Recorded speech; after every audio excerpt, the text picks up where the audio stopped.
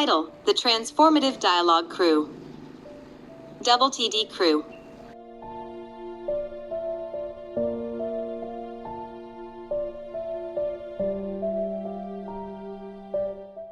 So, Dad, I have been meaning to talk to you. Okay, son, I am all ears. There is this boy in school. I don't know how to explain it. All I am trying to say is that I am gay and I really like him. Is that a joke? I raised you to be a man, not like a man. This is unacceptable. Tomorrow you are to see the priest. This nonsense has to stop.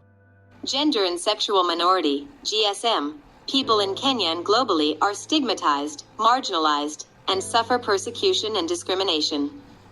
Widely held bi and transphobic views are deeply entrenched in the general population and goes hand in hand with widespread discrimination in families, communities, and in services, particularly health, justice, and education. I wanted to go to report to the police station, but I was scared because even if I was attacked and the violent way, if I go and tell them about it because I'm gay, they will still arrest me.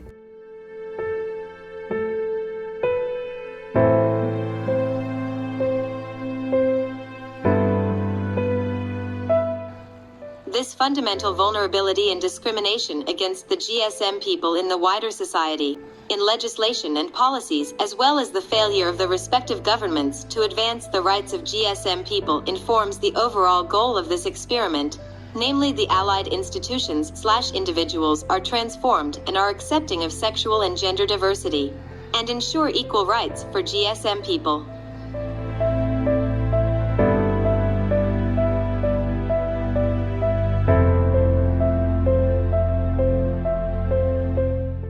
The problems faced by GSM people are mirrored in GSM organizations, as these face challenges in relation to registration and formal functioning while also having capacity deficits.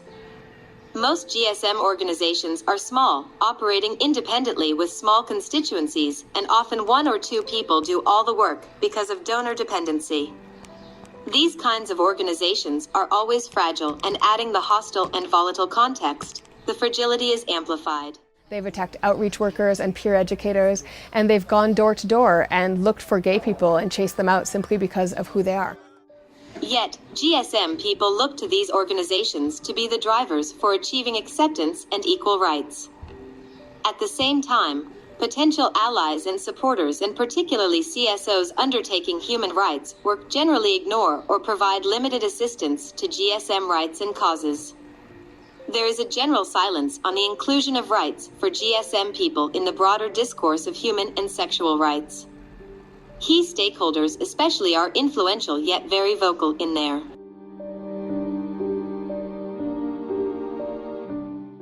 condemnation of homosexuality and gender nonconformity, and play a significant role in perpetuation of discrimination and persecution.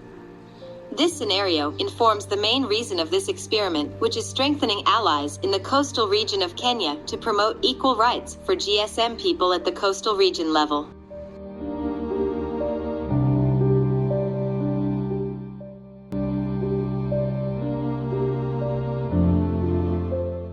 The TD crew was excited about engaging in candid conversation with high-level stakeholders on some critical issues and concerns for the gender and sexual minority persons in the coastal region and Kenya at large.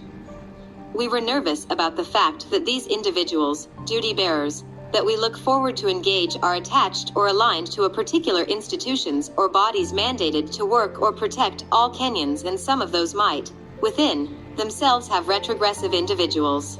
We have even other gay man when and is allowed one bed that a woman naked, but even as he reacts, as he go like active. Key stakeholders need to become comfortable addressing diversity, equity, and inclusion issues without being overly concerned about offending others and walking on eggshells. For diversity and inclusion to be effective in any workplace, there need to be safe enough spaces so that people feel free to say, well, my language is not right. My intent is good. This is what I want to understand or discuss. Sometimes it's about asking open questions that allow for people to explain to you what they feel about something. That way you help them to educate themselves about how they can change their behaviors.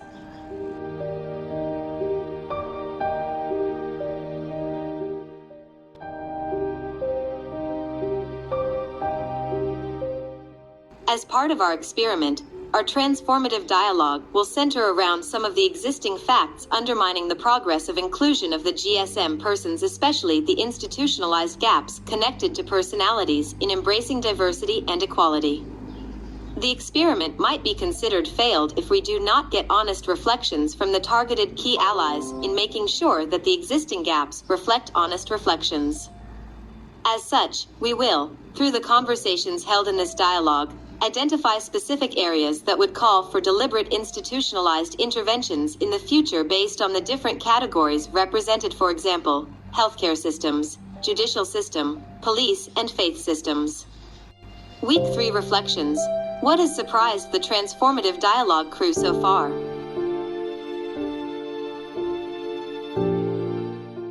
We were equally surprised by the extra willingness of some law enforcers, societal leaders, and faith leaders that we had so far engaged in our transformative dialogues. Since we were engaging targeted, high-level allies, they seem to be more than ready to step up in the protection of the gender and sexual minorities.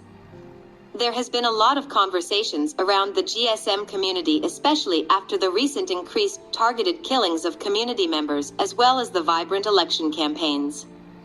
Some of the negative narratives about the GSM community are in the spaces of these key allies and seem to be discouraged by the how things are done in those spaces and would really like to affect systemic transformations. But if we start changing it slowly, like now, for example, these people have LGBT.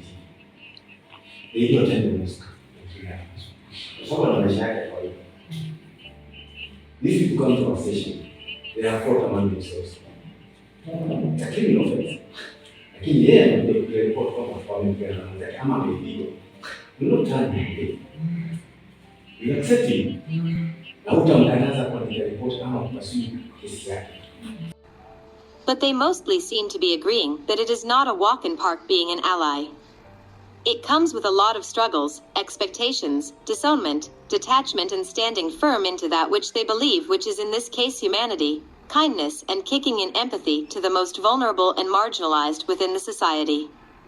It was interesting how conversations could get deep when informal. The fact that we also have human rights defenders, we have activists, we have different NGO groups fighting for the same. That is where we should start. With the help of me, you cannot.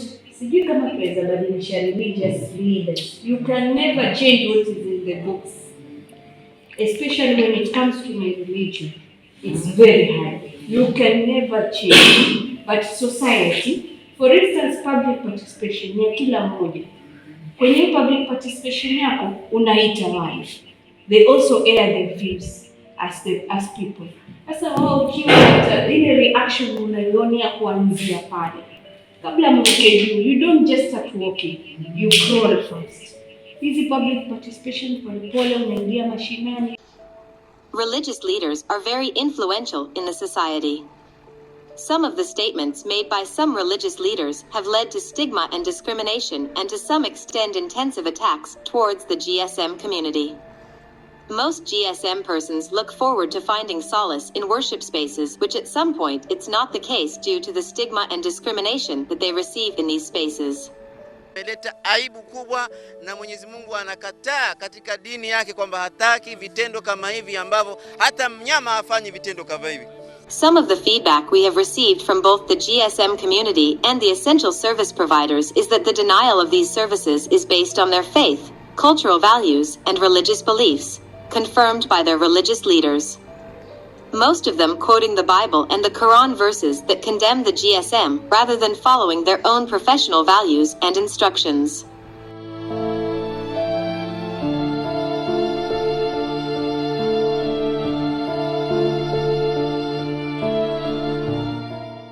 Some of the outstanding things were that the key stakeholders are keenly creating stronger bonds with the GSM communities, igniting benevolent actions that speak to key stakeholders, transforming their mindset to seeing GSM persons as friends and also being affectionate and counseling with them. It is clear that there is a stronger bond and network between the Christian religious leaders and the Muslim religious leaders, which has always been an issue. However, value clarification and attitude transformation is a journey, and so there are a number of key stakeholders that we have engaged and have not as expected fully become allies or supporters, but are in the process. Some of the challenges we figured from our transformative dialogue is that quite a number of key stakeholders have also been tagged as members of the GSM community. Some have been excommunicated from their churches and mosques, and others discontinued from their work. The transformative dialogue ensured that the linking of key stakeholders to GSM and their issues works to the benefit of increasing acceptance and increasing access to key stakeholders. Through the transformative dialogues done with the high-level stakeholders and by amplifying this effort, there is an assurance of increasing empathy, compassion, kindness, and love. As such, it calls more for integrity, accountability, compassion, equality, diversity, and inclusivity for all. PEMA Kenya is a membership-based organization founded in 2008 whose work is premised upon creating an enabling environment for its members and the general population to thrive. We are a lesbian, gay, bisexual, transgender, intersex, queer-led organization that works with GSM individuals and communities as well as stakeholders seeking to bridge the gap that exists between the general population and gender and sexual minorities, GSM. Mission: to promote coexistence in the society and inclusivity of GSM through advocacy and capacity building. Goal: to educate and engage to promote coexistence and inclusivity. Vision: a society that embraces justice and diversity. Through community ownership, our core existence is based on our members. We seek to implement the activities and ideas generated by our membership and stakeholders. Our commitment: we pledge to follow through on the promises we make to our members and stakeholders. Persistence in our path will be the guarantor of our success. In terms of responsiveness, we understand and will continue to appreciate the dynamism in the sector within which we work. We commit to be responsive in all matters in which we engage. Integration or inclusivity: we affirm that there cannot be progress without congruence of thought and purpose. We strive to consult all relevant parties and include them in the decisions and progress we make. If the health structure within PEMA Kenya's operational areas is strengthened to offer responsive services, if GSM persons are empowered to fit seamlessly into the economic and social structures of society, if religious and cultural leaders, legislators, and private sector actors are sensitized to advocate for equality and inclusivity regardless of a person's sexual orientation or gender identity, and if the institutional structures and systems of PEMA Kenya are strengthened to deliver. The assumptions are that, with reliable partnerships, networks/alliances, and linkages and positive organizational culture and structure as well as supportive infrastructure, organizational sustainability, effective marketing, communication, and publicity, the vulnerable GSM individuals are protected and supported to access quality life. They adequately participate in decision-making regarding access to all services and basic rights and assured of trust, and they are confident in humanity. Better understanding of human rights and protection. GSM are respected and allowed to participate in cultural and religious spaces as well. They are economically empowered. With empowered community, responsive healthcare systems, and parents friends of lesbians, gays, and transgenders, flags, we will have GSM individuals with high self-esteem and confidence. We will also have an environment where GSM individuals feel socially included and are able to access and complete education, comprehensive health services, and be contributing members of the society.